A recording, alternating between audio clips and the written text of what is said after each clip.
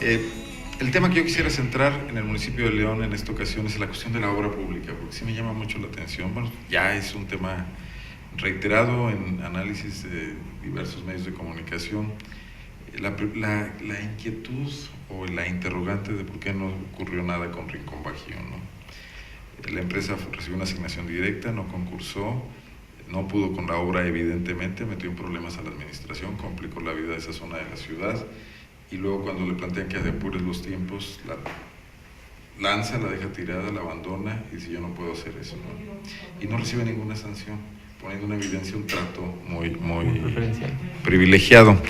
Pero ya no situaría las cosas en Rincón Bajío, creo que hemos hablado mucho de esta empresa, hace rato decía yo con Fito Pons que es una empresa patito, quién sabe quién la contrató, sino en el director de obra pública del municipio, en José Martínez, porque lo que se puso en evidencia es su incapacidad para gestionar una obra pública. Para supervisar, llevarle el seguimiento. Él tiene que gestionarla, porque es una obra que requiere fondos federales, fondos estatales, y eso depende de él, no del constructor. Tiene que supervisar a la propia obra, que es parte de la gestión también, tiene que entregarle resultados a la alcaldesa y a la ciudadanía, ¿no? Pero se nota en eso y se nota también en algo que consignaste esta semana, Fernando, que es el incumplimiento de todas las observaciones que le ha hecho la Contraloría Municipal. Pepe Martínez es un constructor privado, ahí no tienes tantos problemas. Tienes a un cliente, le llevas sus estimaciones, te paga. La obra pública tiene una complejidad y requiere una especialización, y es lo que parece que no conoce. Bueno, insisto en el tema. Este año hay muchos cientos de millones de pesos en obra pública. A ojo de buen cubero yo creo que llegamos o superamos a los 1.200 millones de pesos en obra pública, en manos de un funcionario que ya mostró, yo no diría su incapacidad, digo, puede ser un buen constructor, su falta de perfil para el cargo puede ser un grave problema para la alcaldesa y un grave problema para la ciudad.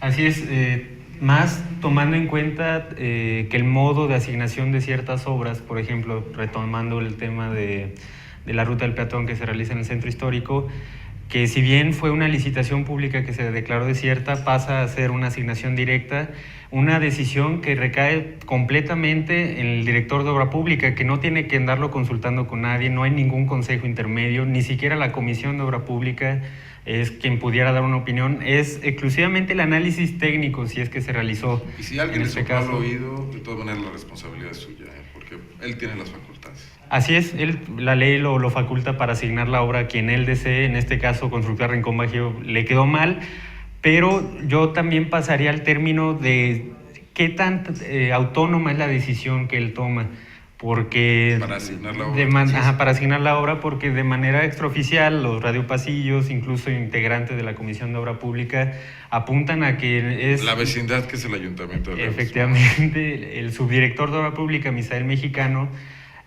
ahí gestiona con la alcaldesa Bárbara Botello, y bueno, Pepe Martínez como cabeza lo único que hace es seguir las órdenes de a quién asignar y a quién no, y al final de cuentas es el que pone el pecho para recibir las balas, las críticas que al menos ahora por la ruta del peatón ya quedó, y que incluso la Contraloría también ya está revisando ese asunto, ¿no? ¿Cómo va a ser la liquidación de la empresa?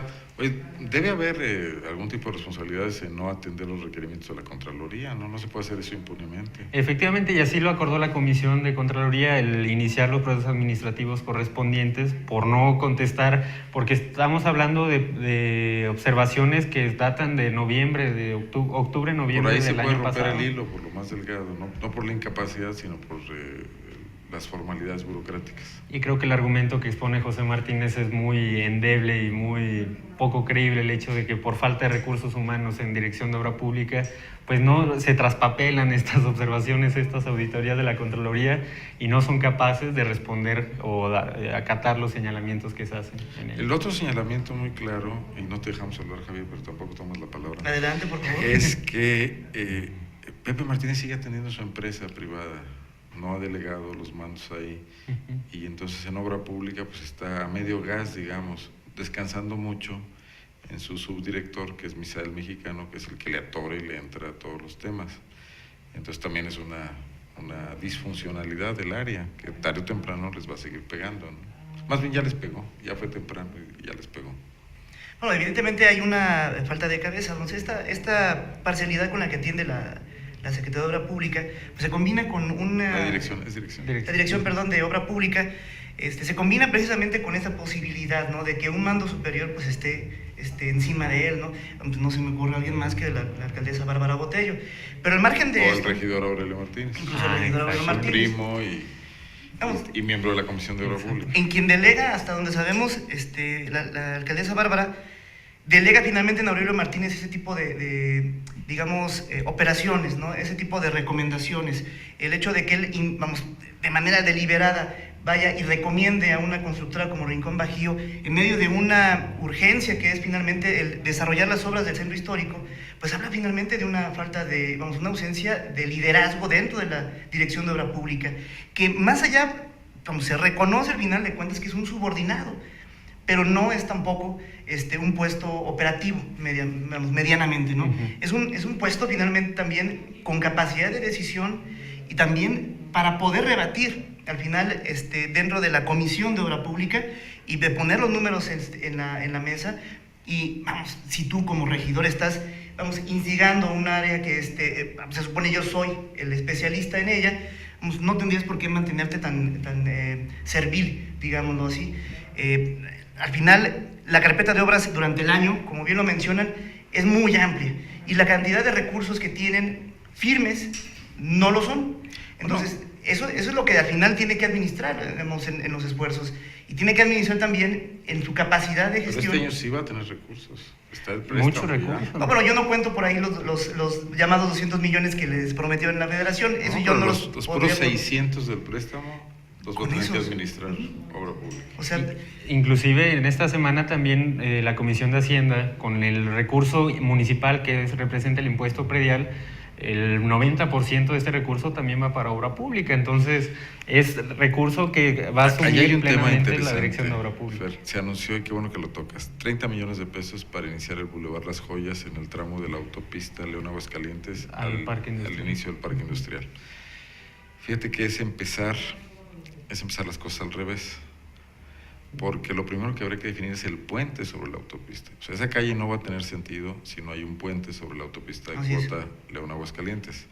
Es una autopista concesionada. Exacto. Es un puente en el que hay que conseguir primero la autorización de la Secretaría de Comunicaciones y Transportes y luego la negociación, o quizás a la inversa, la negociación con el concesionario, porque hay que acordar peajes, quién va a cobrar, cómo, dónde mueve la caseta, porque pues, si alguien se sube ahí y se baja en otro lado puede no pagar peaje. Hay movimientos que hacer. No es una obra menor. Y las autorizaciones se complican, implican gestiones como para ya empezar una construcción que depende de una infraestructura que todavía no tienes definida, ¿no? Esos 30 millones de pesos que se autorizaron ya. Hay demasiada prisa. Así es, más aún cuando también todavía no se termina el proyecto ejecutivo de la obra como tal, de todo el Boulevard Las Joyas, que va a conectar precisamente a esta autopista. Aún así ya se le está apartando, digamos, estos 30 millones de pesos del predial. Bien dices, falta todavía las negociaciones que se están llevando a cabo con los concesionarios para ver incluso si puede conectar este puente con la autopista, pero por lo pronto primero se da el dinero y antes de saber cómo se va a ejecutar, primero se aparta y pues, hay mucho desorden en esta decisión en torno al parque, una gran prisa. Y bueno, tú tienes una información importante con respecto a cómo se está politizando el tema de los parques industriales en la ciudad. Así es, hay que recordar rápidamente, hay dos parques, ¿no? Digamos, uno el que está impulsando el municipio, que es el de Jacinto López, exactamente, y el otro Santana del Conde, plenamente identificado con el gobierno del estado. Hasta el momento el Implan no ha ¿El Implan? Hace años que no voy a mencionar esa palabra. Sí existe y se supone que sí tiene injerencia en esto de la planeación del desarrollo en la ciudad, pero todavía no se sube al Implan el cambio de uso de suelo para que el Santana del Conde pues ya puedan iniciar las obras. ¿Por qué? Bueno, por ahí se dice que está muy politizado y están frenando este proyecto de Santana del Conde, que tiene ya mucho impulso por parte del gobierno del estado, hasta que se concrete de una manera más sólida este proyecto que estamos hablando, que es el Parque Las Colinas de León. Lo cual habla de tomar decisiones completamente sesgadas, con carácter político.